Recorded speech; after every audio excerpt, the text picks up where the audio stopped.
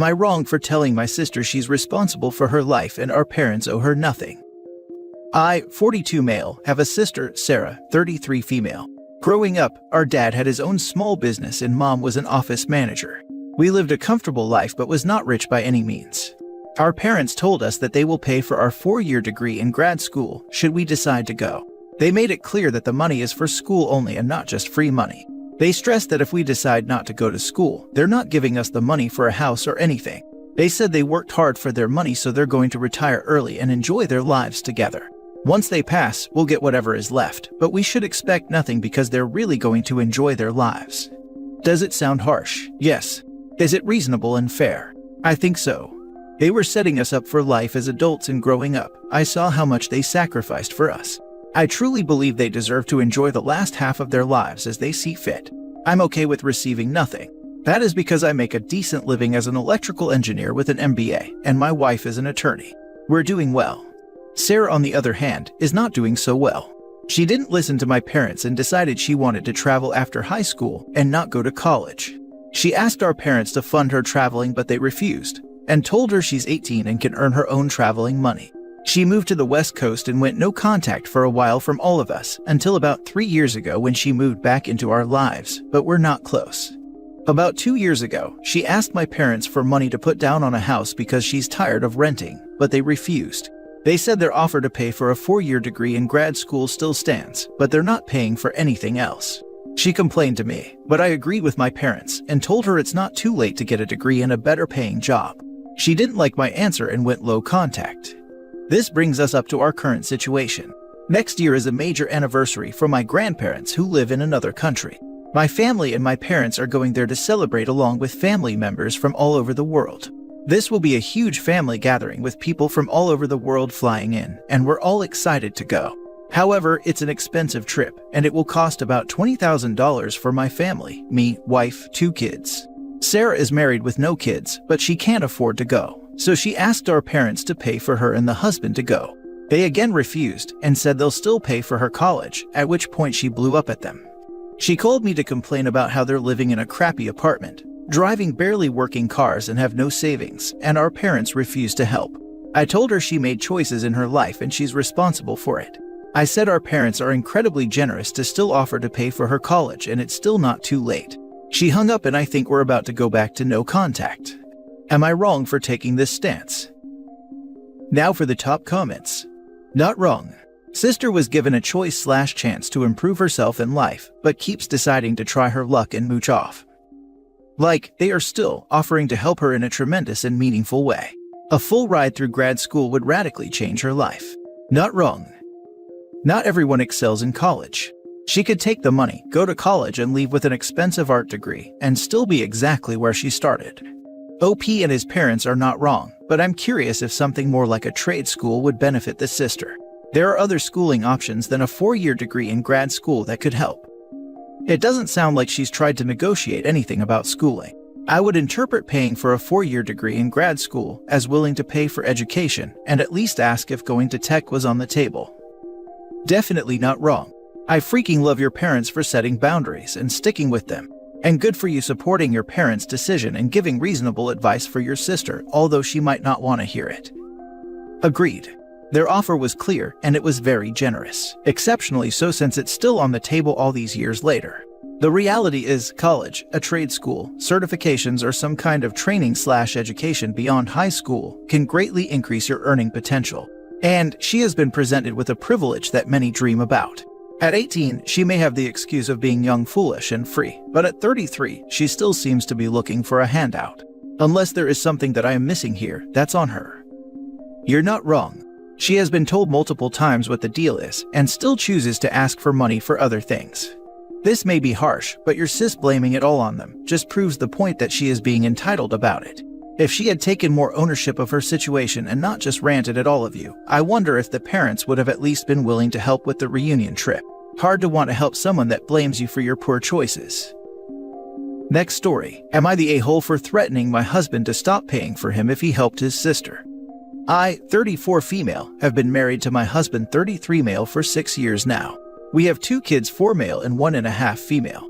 I come from money and also make about 10 times what my husband does. When we first got together, I noticed that his family takes advantage of him financially. He is a very kind man and the perfect person to have as a partner and father. To get around the whole greedy family thing, I offered to pay everything when it comes to us: house, living expenses, medical expenses, vacations, clothing, etc. Honestly, I wouldn't even mind if he wanted to be a stay-at-home dad, but he loves his job, and I love to see him happy. Early on, some of his family tried to get money from me, but when I brought up a contract and a notary, they backed off. And now I'm considered to be that rich daughter-in-law who happens to be a cold witch. And honestly, I don't care. My husband's whole salary ends up going to his family, paying almost everything for his parents. Somehow one of his siblings is always in an emergency, or a cousin needs help with their business, even though they are all firmly middle class with good jobs. Before anyone asks, when it is a true emergency, I always give money with no expectation of it being paid back. Now to the situation. We are visiting his family for Thanksgiving. We thought it better to go a few days earlier. They live in a mountain town and it is gorgeous this time of year. I rented us a cabin and paid for 5 first-class tickets, mine, his, the kids, and the nannies. We arrive at the airport, and surprise, surprise, his sister just happens to be on the same flight. I call BS as it is obvious he told her when we would be going, and she decided to get a ticket for the same flight. We greet her, then I hand the kids to the nanny and send her ahead to the lounge, because I had a feeling about what was about to come. Then sister-in-law has the audacity to ask me to upgrade her to first class so she can travel with her family. Kudos to my husband as he shut her down before I could. Then she goes and asks us to switch her ticket with our nannies. I told her point blank that I wouldn't be doing that my nanny is needed to help with the kids as I am useless on a plane because of nausea and the meds, and my husband can't realistically be expected to take care of 2 kids on his own. She starts complaining and making a scene, so I just turn around and start walking towards the lounge. My husband follows me about 10 minutes later. Apparently, he tried to pay for her ticket upgrade, but it is a full flight. So, he tells me that he will be switching with her. Here's where I might be the a-hole. I told him that he knows I can't help the nanny during the flight, and if he was going to leave the poor woman to her devices just because his sister can't live within her means, then this will be the last time I will be paying for his tickets ever again. He texted his sister to tell her that apparently he can't switch tickets with her, but he is pretty upset. So am I wrong? Edit. So this blew up. I expected a couple hundred judgments at most, but thank you everyone.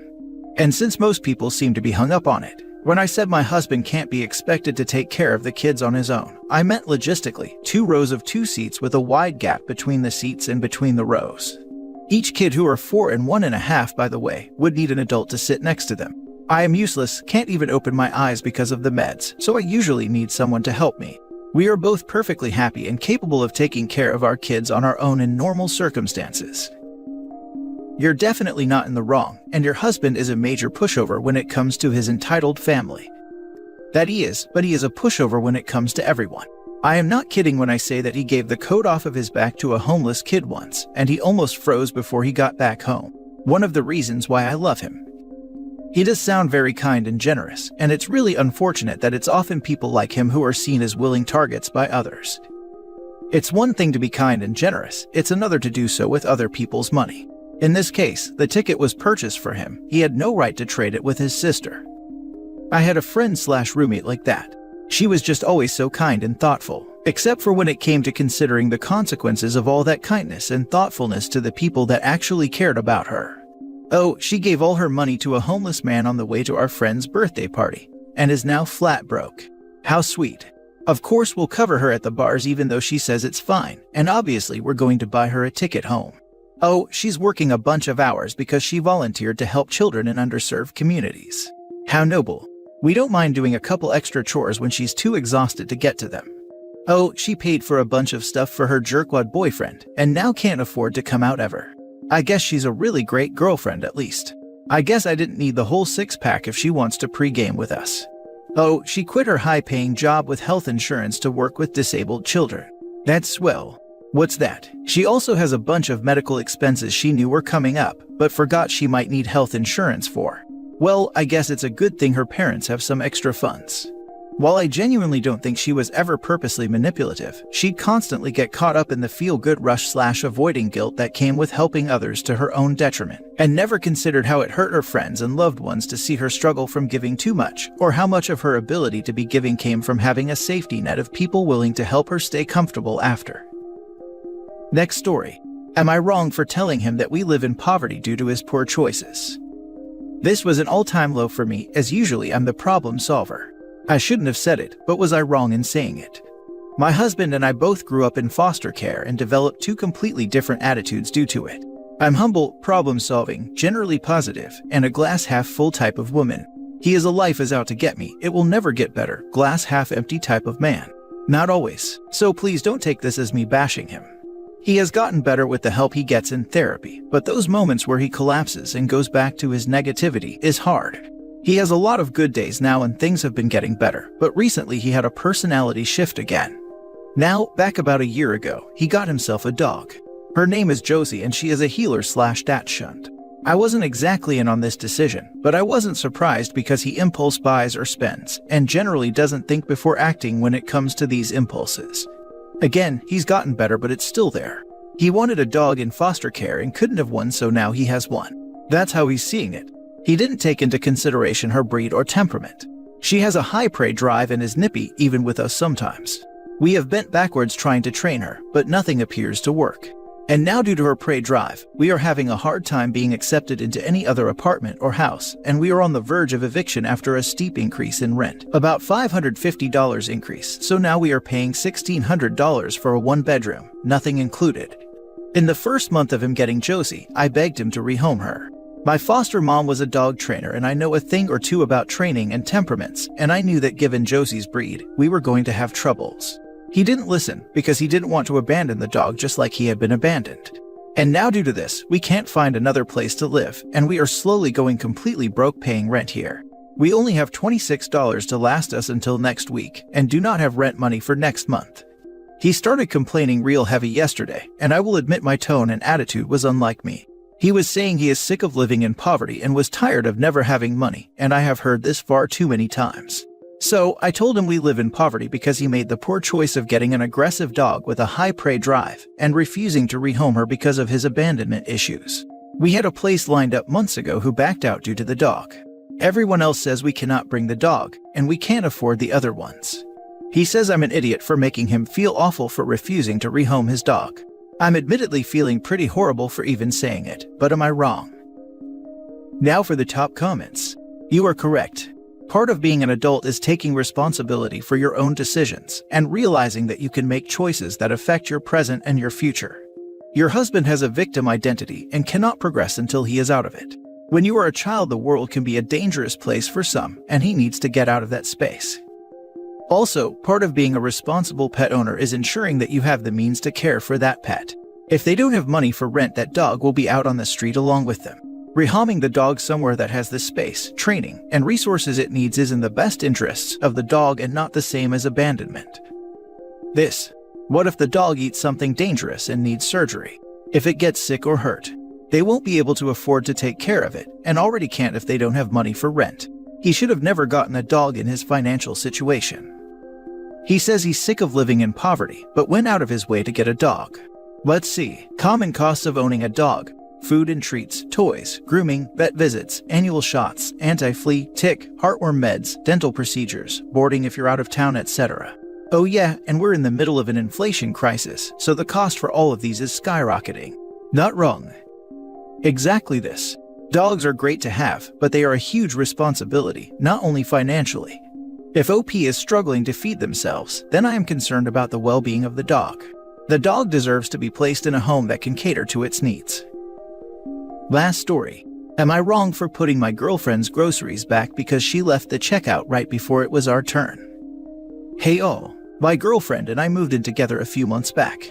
It's been pretty good except for one issue. Whenever we go grocery shopping, she almost always wanders off when we get in line and doesn't come back until I've finished checking out.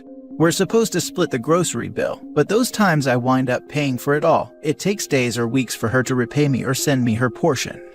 We did talk about finances before we moved in together as far as what each of us could afford, and I have tried talking to her to see if maybe she was having money problems, that she couldn't afford as much groceries-wise anymore. But she insists her money is fine and she just gets bored in the store.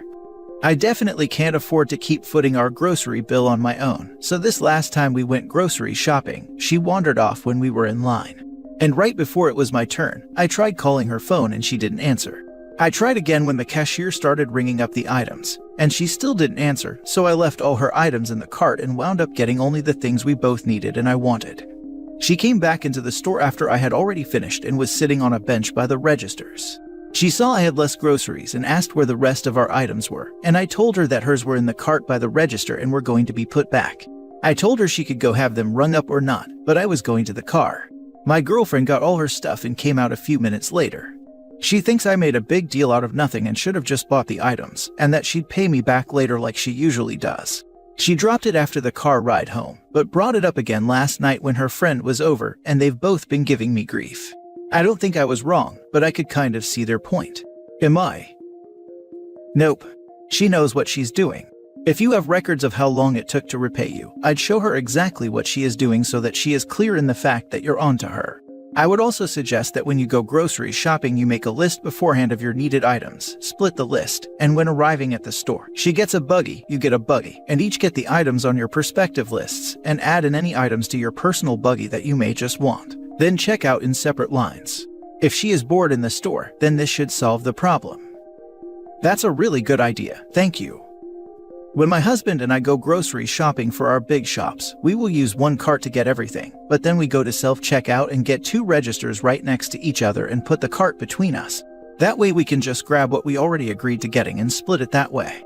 And we almost always come out to similar costs as well. It definitely helps us, and then neither of us need to hassle the other to pay them back. But we also don't have that issue either anyways.